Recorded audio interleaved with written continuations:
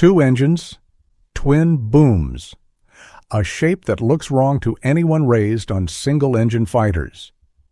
But over the Solomon Islands in late 1942, this strange American machine, the P-38 Lightning, shows up with just enough speed, range, and grit to change the balance over a stretch of ocean the men simply call the slot. Tonight we start at the beginning, how the Solomons became a meat grinder, why the P-38 mattered here more than almost anywhere else, and what the first months in combat really looked like: wins, losses, and the fast lessons that kept young pilots alive.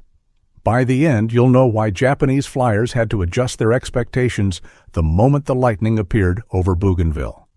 The Solomons matter because geography forced both sides to fight in a narrow corridor, New Georgia Sound, the slot, running from Bougainville and the shortlands in the north down toward Guadalcanal. It's a highway for ships and a hallway for air raids. Whoever controls that hallway decides who eats, who repairs airplanes, and who can reinforce at night.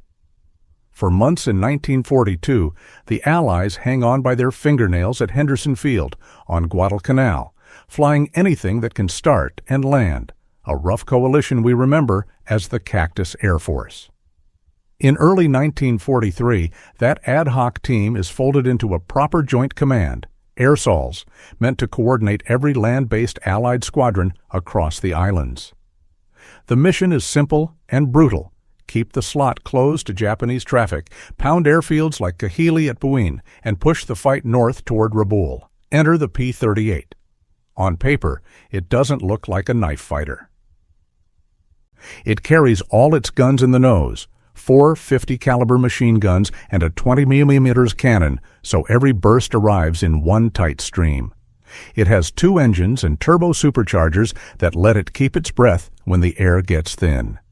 Most important in the Solomons, it has legs.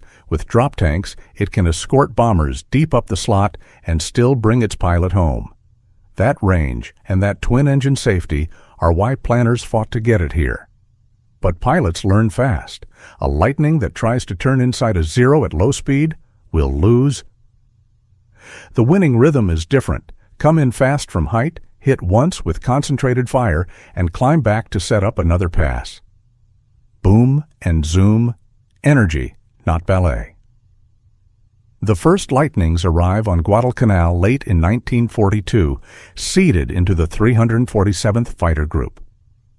The squadron you'll hear most about is the 339th, Sunsetters, who operate from a fighter strip the men call Fighter 2, better known as Kukum Field, just down the coast from Henderson. Pilots like that strip because the approach is over water. If something goes wrong on takeoff or landing, you're not cartwheeling into the jungle. From Kukum, the P-38s will fan north over the slot toward Bougainville and the shortlands, watching for incoming raids and shepherding bombers toward shipping and airfields.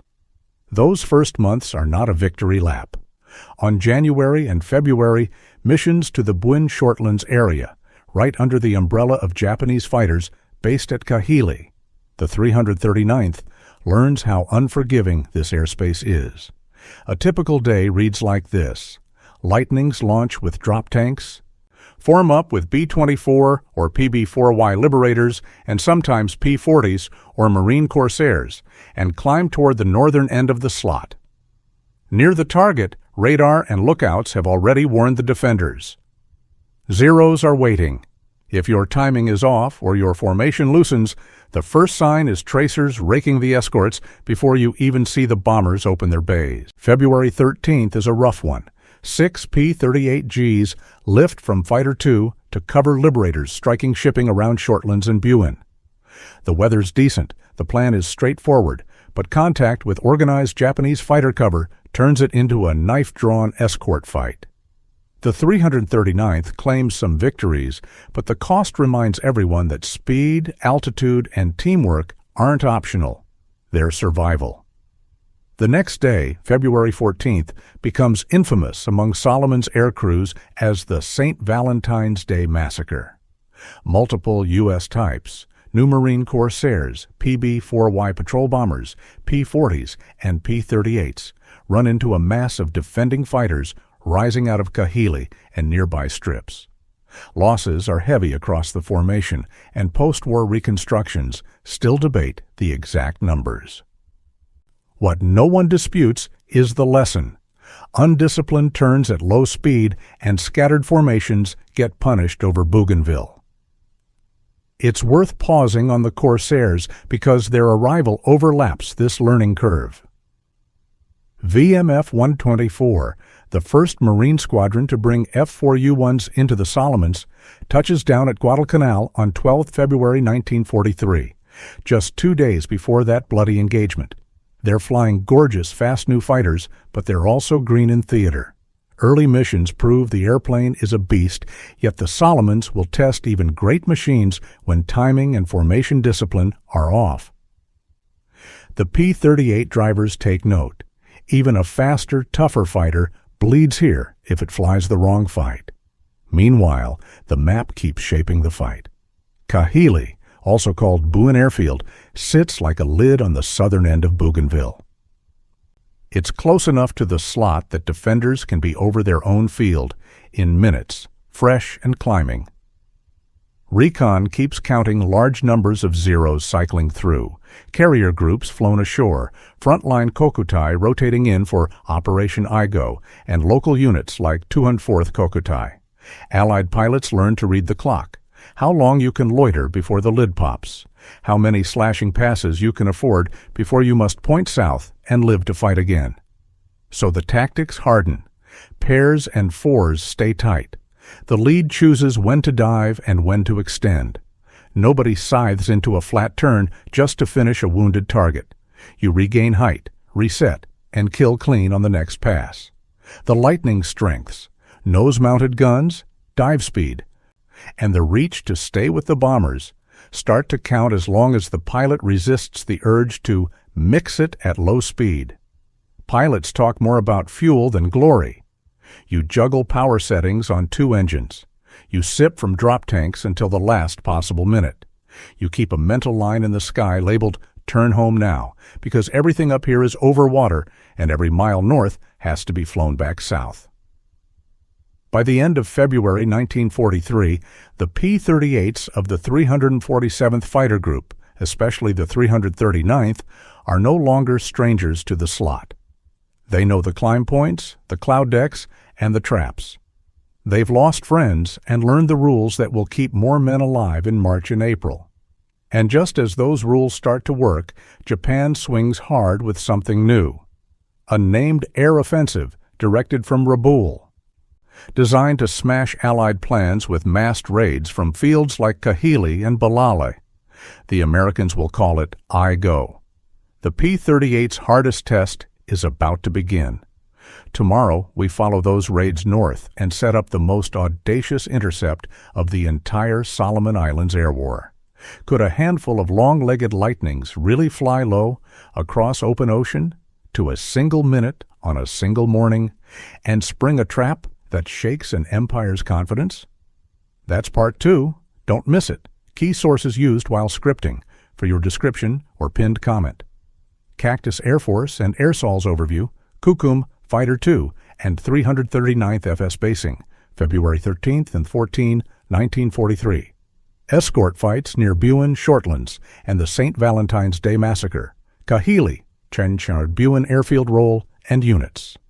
P-38 armament and operational strengths, Operation IGO timing and setup.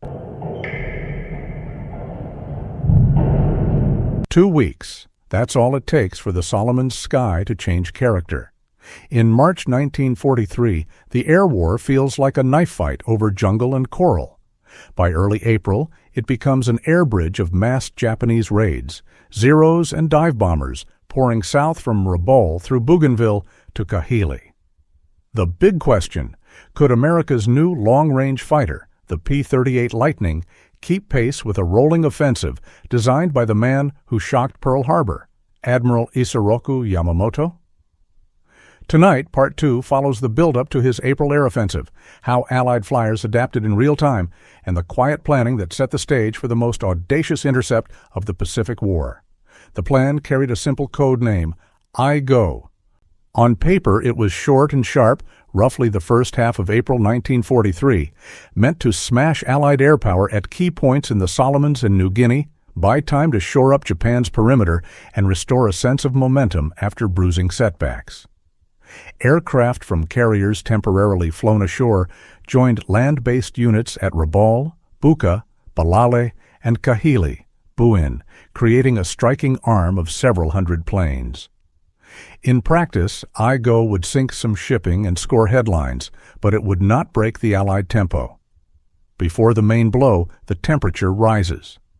On 1st April, a large zero sweep tests the defenses over the Upper Solomons. It's met by a mixed Allied screen, Wildcats, Corsairs, and Lightnings, now coordinated under the new Joint Command, AirSols. The first full-on hammer falls 7 April, waves of carrier-trained Val dive bombers, escorted by Big Zero formations, drive on Guadalcanal and the Russells. Losses mount on both sides, ships are hit, but the big Allied bomber force slips out of Henderson before the enemy arrives, and the layered fighter defense holds shape. From there, the offensive shifts west to Oro Bay and Port Moresby in New Guinea. By 16th April, with reports that oversold the damage, Yamamoto halts the operation, convinced it worked better than it actually did.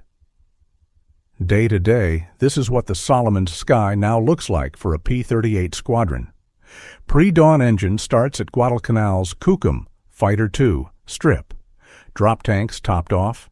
Join up with B-17s or B-24s for deep escorts, or form a pure fighter sweep to Kahili and Kara airfields on southern Bougainville.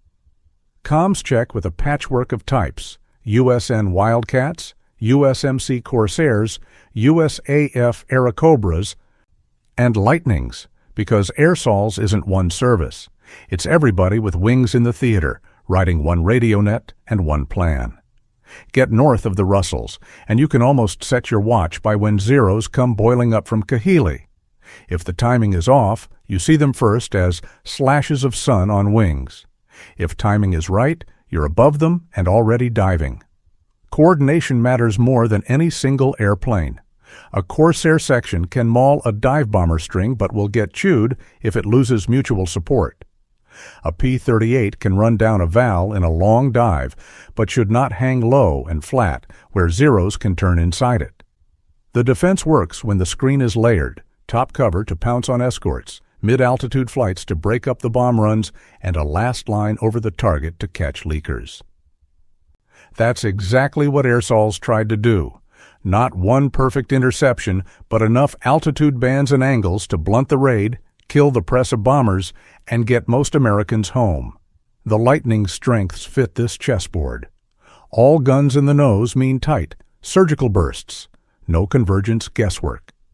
2 engines mean overwater safety and the freedom to push deep without that voice in your head fixated on, what if my motor quits? Most of all, range. With external tanks, the P-38 could meet bombers and still have the fuel to fight and return. But it wasn't magic. Pilots had to respect the airplane's limits. At low speed, don't try to turn with a zero. Keep energy high, dive hard, climb away, re-attack. Boom and zoom is not a slogan here. It's survival. There were teething issues.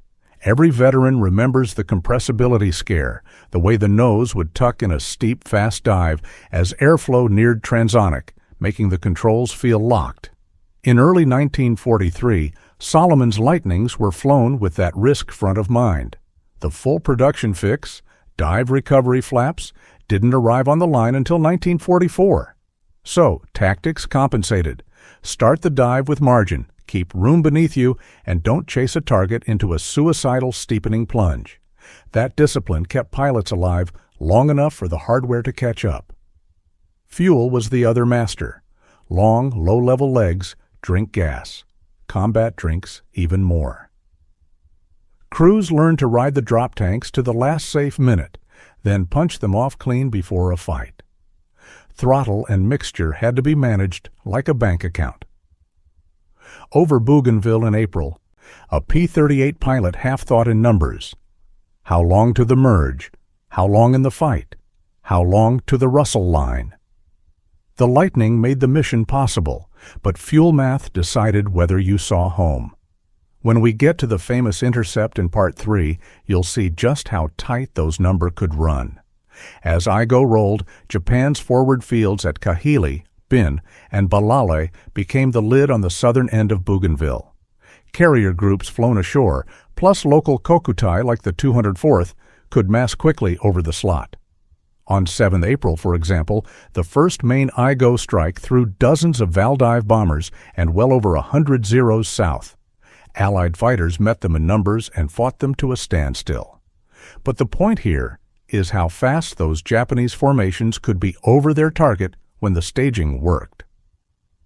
This was the cauldron where P-38 crews refined their timing, top cover in first, escorts dragged down and split, then slashing passes to break bomber aim.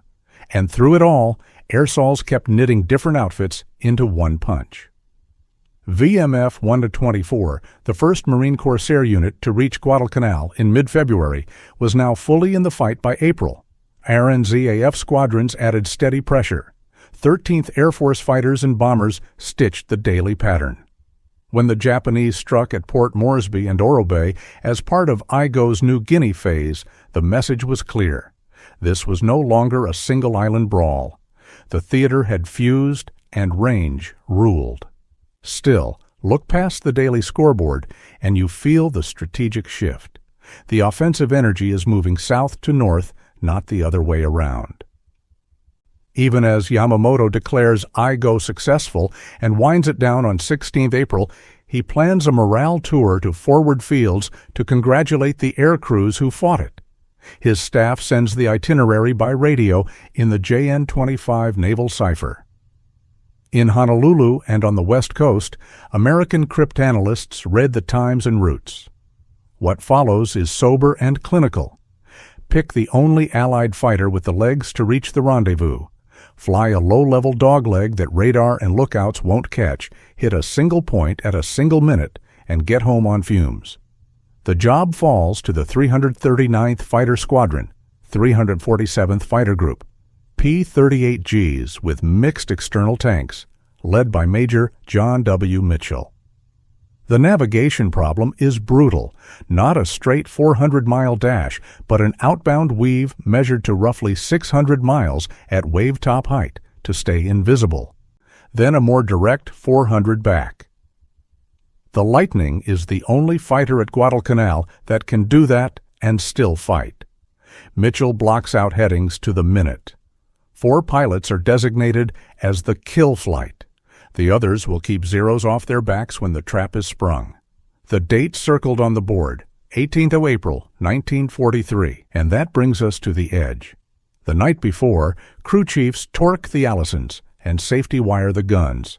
Pilots rehearse the timing in their heads. Drop tanks to empty, climb at the last moment. 1 pass, don't get dragged low, don't chase a turning zero. If the stopwatch is right, 2 Betty bombers will cross the coast of Bougainville at 09:35 local, carrying Japan's most famous admiral and his senior staff, escorted by fighters from 204th Kokutai. If the stopwatch is wrong, the Pacific is very large, and a P-38 with little gas is very small. So here's the question I want you to sit with until Part 3.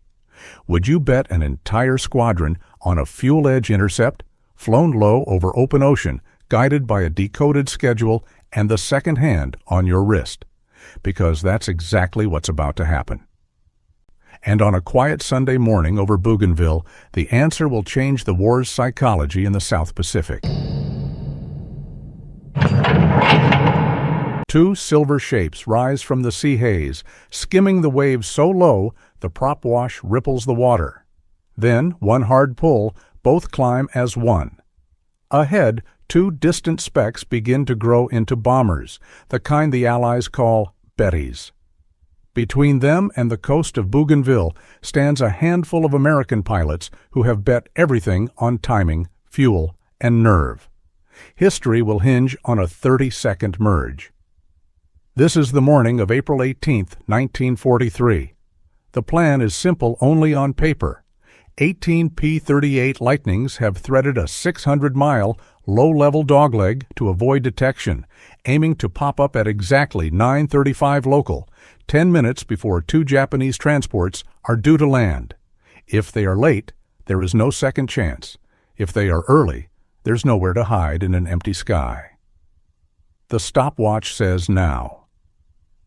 The kill flight is 4 pilots from the 347th Fighter Group, 339th Fighter Squadron, Captain Thomas G. Lanphier, Jr., First Lieutenant Rex T. Barber, First Lieutenant Besby F. Holmes, and First Lieutenant Raymond K. Hine.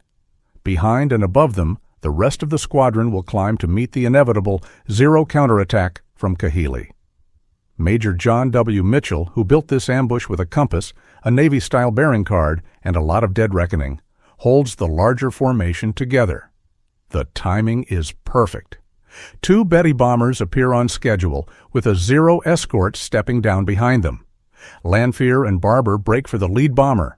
Holmes, whose drop tank won't feed, has to jettison and circle back. Hine stays glued to cover him. The pounce is short and savage. Gun cameras are not rolling, and memories will differ. But the result does not. The lead Betty is hit, loses altitude, and goes in. The second bomber tries to run the coastline and is brought down minutes later over the jungle.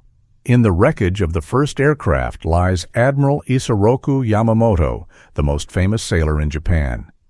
In the second, his chief of staff, Vice Admiral Matome Ugaki, survives, one of 3 to make it ashore. On the long ride home, the Americans pay their own price. Hine never returns. Pilots later recall a smoking engine, then nothing. The sea keeps its secrets. News of Yamamoto's death moves like an electric shock through both sides. For the Allies in the South Pacific, who had measured out months of fighting in inches, in bomb loads, in the stubborn daily grind, this felt like proof that the balance could shift. For the Japanese, losing the architect of Pearl Harbor, a leader who had warned his own government about the dangers of a long war, was a blow out of all proportion to the number of airplanes lost. And it happened because the Americans married intelligence with reach. They read an itinerary, then sent the only fighter in theater with the legs to make the rendezvous, fight, and get home. Range plus surprise. That combination would define the next phase of the Solomons Air War. Was it worth the risk? Look at the margins. The route was deliberately indirect, about 600 miles out, 400 back, to stay away from coast watchers and radar arcs. The Lightnings mixed one 165-gallon tank with one 300-plus-gallon tank flown up from New Guinea, which made them asymmetrically heavy, but gave them the endurance window they needed. Enough gas to wait a few minutes, fight once, then turn south. Mitchell drilled the timing to the minute. 09:35 over Bougainville. Any later, and the Bettys would already be descending to land. This wasn't a normal escort. It was a precision strike built on a decoded schedule and dead reckoning at wave-top height. The aftermath landed in several layers.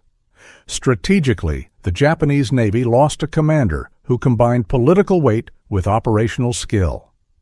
Tactically, units at Kahili and Balale learned a harsher lesson. American fighters could appear far from home at the worst possible moment, by design, not accident. Morale moved in both directions, up for the island-hopping Allies, down for forward-based Japanese crews who now had to assume someone could read their mail and reach their rendezvous. It would not win the campaign by itself. It did change the psychology of the air war. Then came the question that would rumble for decades. Who fired the fatal bursts at Yamamoto's bomber? In the hours after the mission, Lanphier and Barber wrote different accounts. For years, the U.S. Air Force split the credit. Later analyses, matching headings, where the wrecks fell, and Japanese witness accounts shifted scholarly judgment toward Barber as the pilot who most likely downed the lead Betty, with Lanphier firing on the second. Official rosters never fully rewrote the shared claim, but if you ask most modern historians, they'll tell you Barber deserves the tally. Here's how to present it cleanly to viewers. 1. Describe what both men claimed. 2. Show the map and geometry of the merge. 3. Cite the later analyses that put Barber on the lead bomber's line. 4. Close by noting the Air Force's decision to leave the split in place. That keeps the history honest without turning the episode into courtroom drama. And what of the men in those two Bettys? The Japanese recovery party that reached the first crash site the next day found Yamamoto dead at the scene, strapped in under a tree, with wounds that left no chance of survival. Ugaki's bomber ditched offshore. 3 men, including Ugaki, waded in. He would later become infamous as the officer who launched himself on a one-way sortie as the war bled out in 1945. The contrast is stark. One leader gone in an instant, another spared by luck to write his own ending. Back at Guadalcanal, the ambush didn't end the day's work. It reset it. The P-38s went on doing what had made the intercept possible in the first place, covering long-range strikes, slashing fighter sweeps, and shepherding reconnaissance lightnings, the F-5 photo variants, toward the northern targets that would set up the next landings. Through mid and late 1943, as the Allies stepped forward, Russell Island secure by February, Munda taken in the summer, Bougainville invaded in November, the P-38's range kept it central to the plan. You could put hard questions to the lightning, fuel, weather, compressibility, and steep dives, but in the Solomons, its endurance and nose guns answered more than they asked. Those lessons were written in pilot shorthand.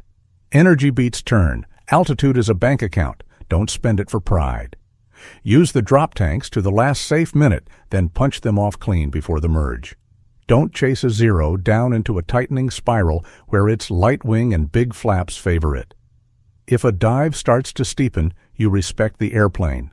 Solomon's P-38s were flown before dive recovery flaps became standard, and everyone knew what compressibility felt like in the stick. Over water, 2 engines are comfort and courage, but they're not magic. A smoking Allison, as Hine's friends remembered, could still mean no way home. By the end of 1943, the line had moved north. Bougainville's Torokina strip was in Allied hands. AirSols had become a rhythm, not an experiment. Day after day, the map narrowed for the Japanese as reconnaissance flights photographed runways, docks, and dispersal bays. Bomber strikes followed. Fighter sweeps capped the day to catch returning defenders low on fuel. When you watch those months from above, the pattern looks like a tide. Never one wave big enough to drown the enemy, but enough waves, timed and layered, to erode his footholds until the strong points cracked. The P-38 wasn't the only tool in that job, but in a theater defined by distance, it was the tool you reached for first. And about the Lightning's reputation, the famous fork-tailed devil label, often attached to the P-38, came out of the European War, German origins, more than from the Solomons. In the Pacific, Japanese flyers respected the Lightning for different, more practical reasons. It could be there when they didn't expect it. It hit hard in one pass, and it didn't panic when one engine coughed over blue water. That reputation, earned in places like Bougainville and the slot, was less about nicknames and more about results. So what did Operation Vengeance actually prove? First, that intelligence without reach is just a file folder. Reach without intelligence is just a long flight. Together, they can change the shape of a war day in a way that months of attrition cannot. Second, that discipline wins the merge. Speed, altitude, and teamwork beat ego and impulse. Third, that in the islands, control of time and place, when and where to fight, mattered more than any single duel. On 18th of April 1943, a handful of Lightning showed they could dictate both. If you had been in that briefing hut the night before, sweaty, exhausted, listening to Mitchell walk through headings and minute marks, would you risk a whole squadron on a fuel-edge intercept for one target at one moment? That is the moral math the South Pacific forced on young men in their early 20s. They said yes. The war moved. For WW2 Chronicles, this closes our Solomon's Lightning trilogy. Next, we widen the map. The Rabaul Air Campaign in the New Guinea Corridor, how layered air power and long-range fighters made one of the most feared naval anchorages in the world go quiet. If you want that deep dive, stay with us. We're only getting started.